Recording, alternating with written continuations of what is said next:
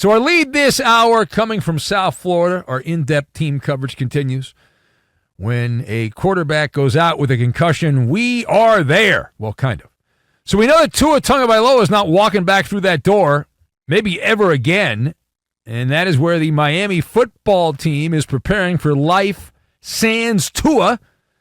Now, Tagovailoa has not retired, as far as we know. However, he is stuck in the great abyss out in the Bermuda Triangle in a holding pattern in the concussion protocol, injured reserve, so he's out at least a month. And that means for the Dolphins, Skyler is the limit, is what that means here. So if you've not been following, maybe not, for now anyway, the Dolphins are all in on Skylar Thompson. Who? Yeah. Mike McDaniel, the bubbly Dolphin head coach, affirming the organization is rallying around their backup quarterback, Skylar Thompson, the 7th-round pick, saying the following. He said, quote, "The confidence that the team has for Skylar is real and it's earned." Okay. Coach was effusive with his praise for the backup quarterback there, talking about the hours of practice. Not a game. We ain't here talking about practice.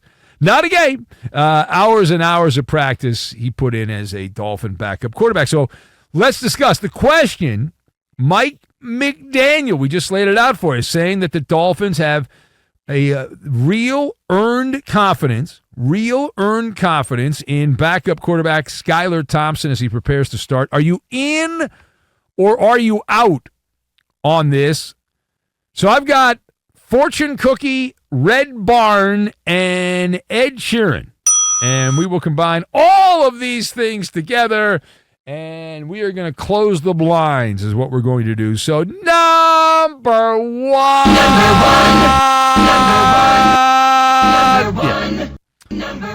All right, so to answer the question, are you in or out on this? I am out on this. Now, this is one of those Maller monologues where we give the disclaimer here. We say, well, what else could Mike McDaniel have said? Seriously, what would you say? And you're not allowed to be honest. These guys all lie. Do you imagine if he'd come out and say, yes, my name is Mike McDaniel, and I'm the coach of the Miami Dolphins. We don't have a quarterback. We're porked. You're not going to say that. So they didn't have a contingency plan. He can't say that, though. They can't say they didn't have a contingency plan. They have to make it seem like, oh, yeah, we like our backup quarterback. But they clearly didn't like him. If I'm not mistaken, they brought in a guy named Mike White who had played for the Jets, and they wanted him to be the backup quarterback this year, and then they ended up getting rid of him because I guess he didn't look good in camp or whatever, so they're stuck with Plan B, which was really Plan C, who gets bumped up to Plan B and is now Plan A. And so the coach, Mike McDaniel, gives a stock answer. Next man up, do your job, support your quarterback, all that stuff. Now, do we expect Skylar Thompson to be Nick Foles 2.0? No. We have very low expectations. Now, that said, I do believe in the bumpity bump. I'm a fan of the bumpity bump. And the bumpity bump is when the star quarterback gets hurt, you have a short term, a week, 2, 3 weeks possibly, where you can have some success with the backup quarterback. All right? So there is that, and this is certainly a winnable game. No one thinks Seattle's all that good with Geno Smith. That guy's a turd. So ultimately, this positivity from the Dolphin coach, Mike McDaniel, is right out of a fortune cookie. It's right out of a fortune. You crack the fortune cookie, and it says, don't pursue happiness, create it. So they're trying to create it, right? They're trying to create it, speak into existence and all that mumbo jumbo. Now, page 2. Speaking of Miami, there are some social media aggregators that claimed Cam Newton was spotted in Miami. One report even said Cam Newton was at Dolphin practice, developing hot, ... So the dots being connected. Could it be a former MVP?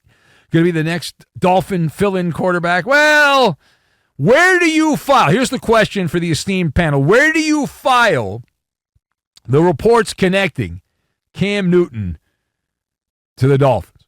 So I filed this one in the big red barn on the farm. The barn on the farm, the big red barn on the farm. And here's why. Engagement farming. That's what this is. Engagement farming, nothing more, nothing less. Cam Newton was cooked years ago. He was cooked the last couple years in Carolina. He proved it again with the Patriots, then went back to Carolina just in case anyone had doubts. You in the back of the room and said, hey, I still blow. And so there was that. But the name still has some pizzazz. He's got the funny hats he wears. He goes down to the haberdashery and wears the cute hats and all that stuff. And sure, wonderful.